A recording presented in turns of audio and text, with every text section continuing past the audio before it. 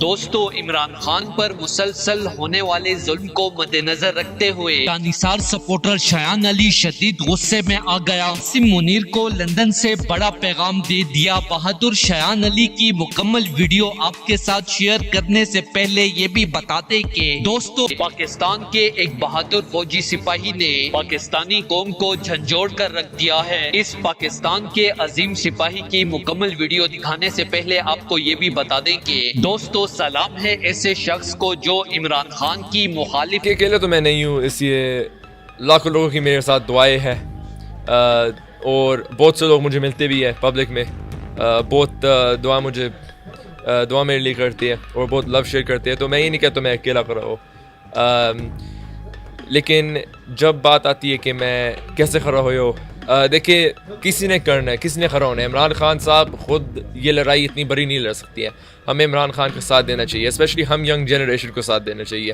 اس لیے عمران خان ہمارے مستقبل کے لیے لڑ رہی ہے، اور کسی سیاستدان نے ہمارے مستقبل کے لیے نہیں سوچا جیسے عمران خان نے سوچا ہے۔ اس لیے میں as a 17 year old Imran Khan کا بھرپور ساتھ دوں گا انشاءاللہ۔ سی او نے ان کے ماتھے کے اوپر چمی دے کر بوسہ دے کر کہا بیٹا تو نے وہ کام کر دیا جو ہم ایک عرصے سے یہاں پھر رہے ہیں، ٹھیک ہے نا؟